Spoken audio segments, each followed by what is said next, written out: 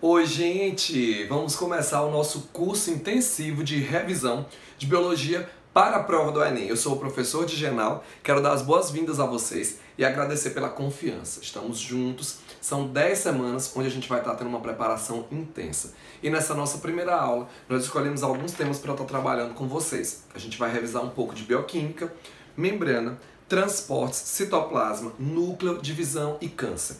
Eu vou dividir o vídeo dessa nossa primeira aula em algumas partes para que fique tranquilo de vocês se localizarem e não fiquem vídeos tão longos, tá? Além de fazer as questões, nós vamos estar destacando alguns conteúdos que são importantes relacionados às habilidades que as provas cobram de vocês. A lista é composta por questões que são do Enem, algumas adaptadas de vestibulares para a realidade do Enem, e muitas delas, em algumas listas, a maioria delas são questões inéditas, onde eu mesmo elaboro baseado nas habilidades principais cobradas na prova do Enem, para a gente brocar lá no dia da prova de Ciências da Natureza. Então vamos lá. Gente, a questão 1, ela traz para vocês aí uma imagem. Nessa imagem ela está trabalhando aí com a vitamina K, traz algumas explicações e diz assim: a ingestão desses alimentos auxiliaria principalmente no combate a... Gente, essa questão, que é a nossa primeira questão, ela vai estar trabalhando com vitaminas. E as vitaminas, elas não são utilizadas para serem oxidadas e gerar energia e também não compõem o corpo. As vitaminas, elas têm uma ação reguladora. Algumas das vitaminas a gente só consegue através de alimentos de teor lipídico, porque elas são vitaminas lipossolúveis. Por isso eu não posso eliminar de jeito nenhum completamente os lipídios da minha dieta. Ele fala sobre a vitamina K. A vitamina K é uma vitamina muito importante, porque ela tem uma função que já foi cobrada em outras provas do Enem quando fez relação à coagulação sanguínea. Mas ele diz assim: a ingestão desses alimentos auxiliaria principalmente no combate à anemia. Gente, quando a gente vai falar sobre anemia em termos de vitamina, a gente tem que lembrar principalmente da vitamina B12. A vitamina B12 é que a carência dela pode ocasionar anemia perniciosa. Um alimento que também vai ajudar a combater a anemia são alimentos ricos em ferro, porque o ferro é o sal mineral que está na composição da hemoglobina, que é a proteína transportadora de gases respiratórios dentro da nossa hemácia. Esterilidade. Gente, a vitamina que tem relação com a esterilidade é a vitamina E, também chamada de tocoferol. Letra C, hemorragias. Gente, eu preciso do fígado para participar da cascata de coagulação sanguínea. E o fígado, ele precisa da vitamina K, porque é através da vitamina K que o fígado consegue produzir a protrombina. A protrombina que participa do processo de coagulação sanguínea. Então, gente, ingerindo a vitamina K ou filoquinona, nós vamos estar evitando processos hemorrágicos, porque o fígado precisa da vitamina K para produzir protrombina, que participa do processo de coagulação sanguínea. Então, na nossa primeira questão, nós estamos falando sobre vitaminas e a resposta é a letra C. Na letra D, a gente fala sobre xeroftalmia. Xeroftalmia, gente, é uma doença que a gente tem quando nós temos a carência de vitamina A. A vitamina A, ela é muito importante e nós encontramos a vitamina A em alimentos ricos em beta-caroteno. O Enem já cobrou de vocês que o beta-caroteno poderia ser inserido num grupo de arroz que seria um tal de arroz dourado. Um arroz transgênico que serviria como fonte de beta-caroteno. Vegetais alaranjados, como cenoura e abóbora, são ricos em beta-caroteno e o beta-caroteno é precursor da vitamina A. Então o Enem já fez uma cobrança de uma questão assim, ao falar de um arroz dourado, que iria ter essa coloração em função da presença de beta-caroteno, e perguntava em que ele auxiliaria. Ele auxiliaria no combate a problemas de visão, uma vez que a vitamina A tem essa participação, tá? E a vitamina A da letra E, que fala sobre pellagra, é a vitamina B3. A vitamina B3 tem relação com pellagra. A pellagra é uma dermatite, mas envolve também outras alterações no sistema digestivo e no sistema nervoso. A gente também tem a vitamina B1, cuja carência pode ocasionar beriberi. E para fechar o quadro das principais vitaminas, vale a pena a gente lembrar da vitamina C, da vitamina D e da vitamina B9, também chamada de ácido fólico. Gente, a vitamina C, ela é muito encontrada em frutas cítricas. E a vitamina C, gente, é importantíssima, porque ela faz com que um grupo de células, que são as células chamadas de osteoblastos, lá no nosso tecido ósseo, seja capaz de produzir colágeno. E o colágeno, ele é muito importante na estrutura do corpo. A carência de vitamina C pode ocasionar uma doença chamada escorbuto, quando a gente tem uma inflamação na região da gengiva. A vitamina D, para que ela seja produzida no nosso corpo, nós precisamos de banho de sol. Os raios ultravioleta fazem com que a gente produza a vitamina D, e a vitamina D, chamada de calciferol ou de hidrocolesterol, vai para o intestino para garantir que a gente faça a absorção de cálcio. Então a vitamina D participa do metabolismo do cálcio. E temos a vitamina B9, também chamada de ácido fólico, muito importante para mulheres grávidas, porque a vitamina B9 tem relação com a boa formação do tubo neural, que é o precursor do sistema nervoso. Então, geralmente grávidas com carência de vitamina B9 ou ácido fólico acabam tendo crianças com má formação do sistema nervoso. Gente, essa nossa primeira questão, a resposta é a letra C. No dia da sua prova do Enem, 25% das questões são fáceis, 50% são médias e 25% das questões são difíceis.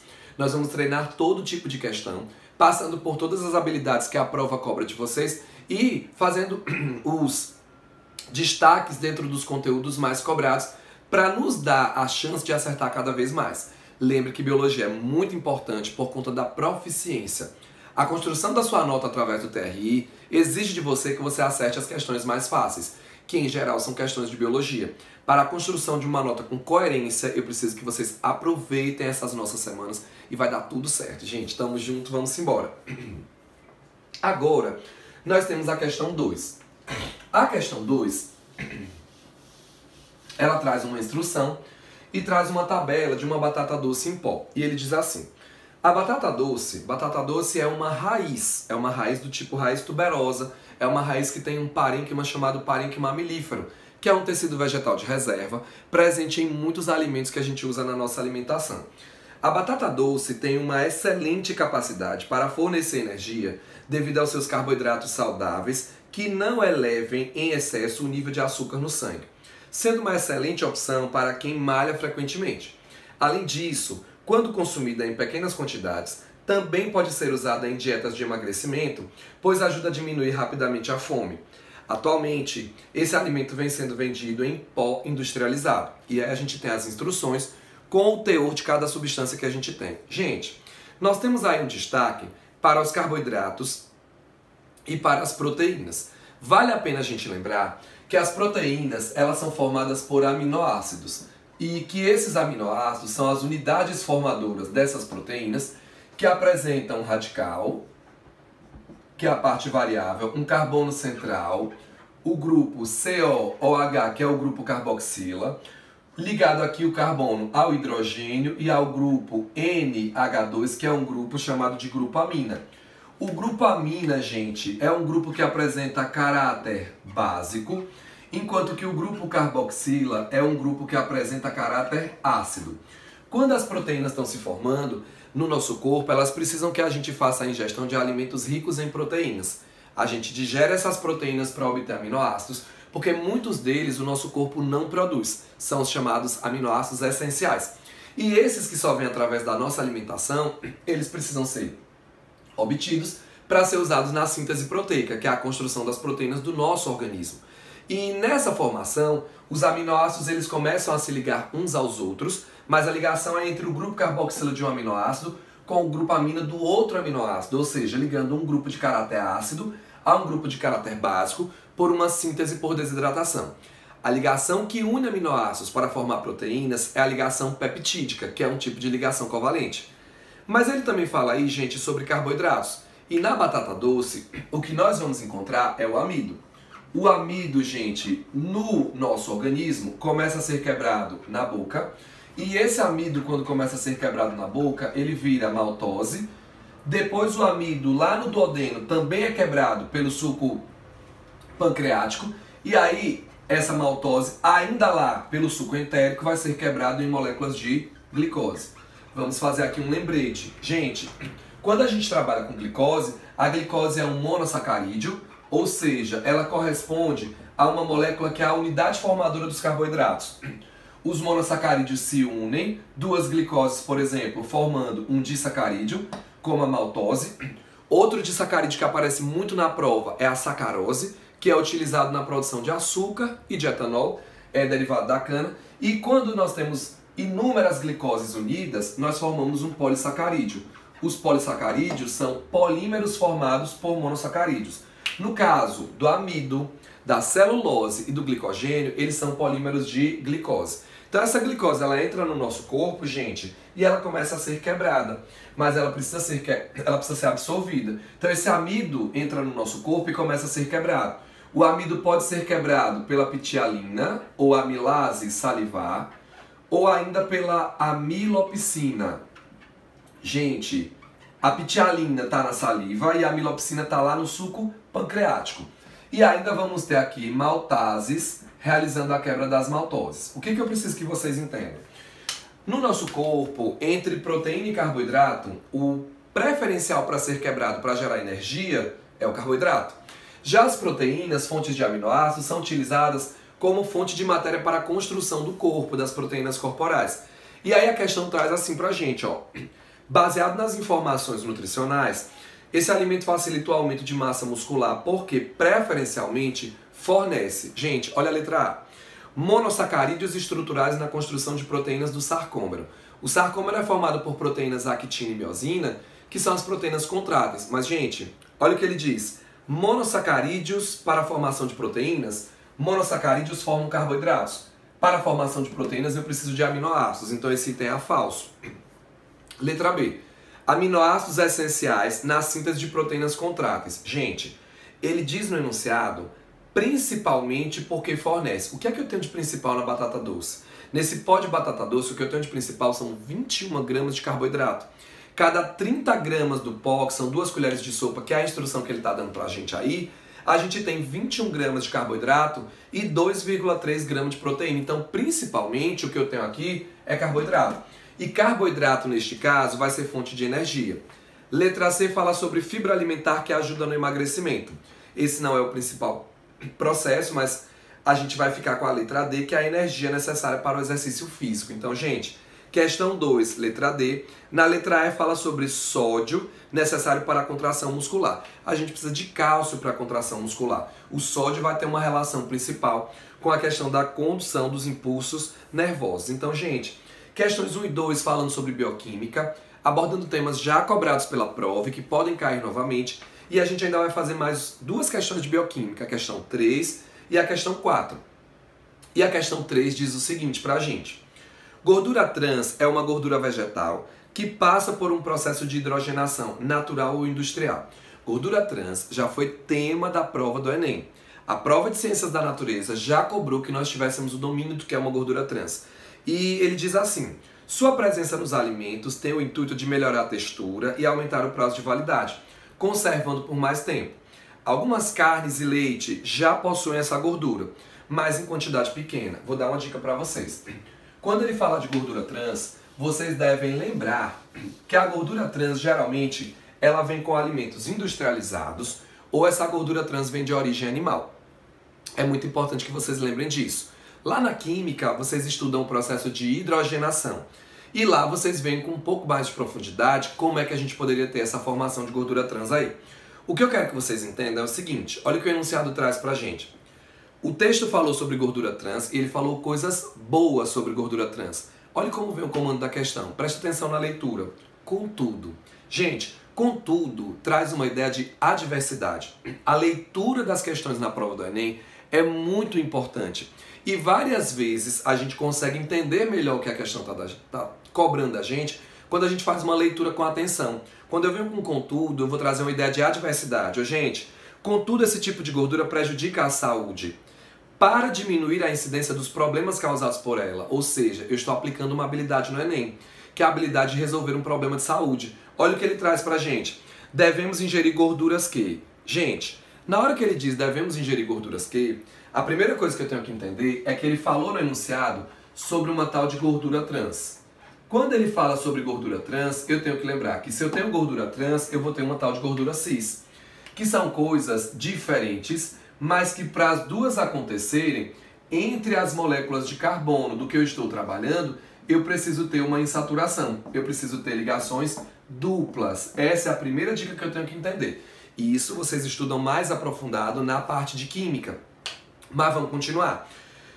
Contudo, devemos ingerir gorduras com, olha a letra A, ligações peptídicas entre o grupo amina e o carboxila de seus monômeros. Gente, lipídio não é polímero, diferente de carboidrato polissacarídeo, diferente de DNA, que é um polímero de nucleotídeos, diferente de proteína, que é um polímero de aminoácidos. Na hora que eu vou falar sobre a formação de um óleo ou uma gordura, eu tenho que lembrar que eu estou trabalhando com álcool. O álcool que a gente usa para óleos e gorduras é um triálcool, né? A gente trabalha com o glicerol e a gente precisa entender que esse álcool ele é identificado pelo grupo hidroxila. Quando a gente está trabalhando com o propanotriol, que é o glicerol, nós estamos trabalhando com um triálcool. Cada uma dessas hidroxilas aqui, gente, elas vão se ligar a um grupo carboxila de um ácido graxo. Os ácidos graxos, gente, eles têm uma cadeia de carbono longa, onde a gente vai encontrar depois o C-OH, que é o grupo carboxila. E vamos encontrar aqui os carbonos ligados aos hidrogênios. Esse grupo carboxila aqui é o grupo que vai se ligar às hidroxilas. Então, gente, na hora de fazer a esterificação é o nome da reação para a formação de lipídios, eu vou juntar álcool a ácido graxo. Então, eu não vou juntar aminoácidos. Aminoácido é para a produção de proteína. Então, tá errada a letra A. Na letra B, ele diz assim, cadeias insaturadas com ligantes de maior densidade do mesmo lado. Gente, cadeias insaturadas, primeira coisa, se eu estou falando sobre gordura cis e trans, eu sei que eu tenho que ter cadeias insaturadas. Cadeias insaturadas exigem ligação dupla entre os carbonos. Então, vamos lá. Essa cadeia saturada ou insaturada faz referência à cadeia carbônica dos ácidos graxos. E aí eu preciso que vocês entendam assim. Eu tenho aqui a ligação dupla, eu tenho a insaturação. Se eu não tiver essa ligação dupla, eu não tenho esse processo de insaturação. E nós vamos encontrar aqui os outros ligantes, já que o carbono é tetravalente. E aí, gente, nós devemos analisar o plano. Nós vamos analisar os planos aqui para ver se os ligantes estão do mesmo lado ou de lados opostos. Então, vejam. É uma cadeia de carbonos e hidrogênio. Se de repente eu tenho aqui o resto da cadeia de carbonos e hidrogênios e aqui eu tenho só um hidrogênio, e do lado de cá eu tenho o resto da cadeia de carbonos e hidrogênios e só o hidrogênio, percebam vocês que os ligantes de maior densidade vão estar de lados opostos. Isso aqui é uma configuração trans. Seria uma gordura trans. Agora, se porventura os hidrogênios estiverem do mesmo lado e o resto da cadeia carbônica também estiver do mesmo lado, do plano, eu agora tenho o quê? Eu tenho uma gordura que eu vou chamar de gordura cis. Se no enunciado ele já deixou claro pra gente que a gordura trans faz mal, por que a gordura trans faz mal? Porque ela altera os níveis normais de colesterol. E o colesterol, ele é muito importante. Ele participa da formação de sais biliares, ele atua na estabilidade da membrana plasmática, ele é precursor de hormônios e esteroides, mas quando a gente altera os níveis de colesterol normais no nosso corpo, além de problemas cardiovasculares, alteramos a permeabilidade das membranas, a fluidez, melhor dizendo, das membranas em geral, trazendo vários problemas. Ele está me dizendo no texto que apesar de muito bom, né, o contudo, ele me traz problemas. E esses problemas devem ser solucionados a partir do momento que eu faço a ingestão de quem, gente? Da gordura cis e não da gordura trans, que é a gordura que tem a insaturação e é a gordura que tem os ligantes de maior densidade do mesmo lado. Então a gente vai ficar com a letra B. Na letra C fala sobre cadeias saturadas. Se não tiver ligação dupla, se as cadeias forem saturadas, só ligações simples entre os carbonos, não vai adiantar. Se ele diz ligação fosfodiéster na letra D, ligação fosfodiéster é aquela ligação que une nucleotídeos de uma mesma fita de DNA. E poliamidas residuais, gente, poliamida é o que a gente vai encontrar na formação de proteínas, tá? Então nós ficamos aí na questão 3 com a letra B de bola. E agora nós vamos para a questão 4, tá? Gente, tá entendendo o assunto? Passa. Não entende o assunto? Anota. Marca o que você precisa estudar, porque reta final é hora de fazer muito exercício. Eu só devo estar lendo, refazendo aquilo que realmente eu tenho dificuldade e que eu entendo que tem grandes chances de cair na prova, tá?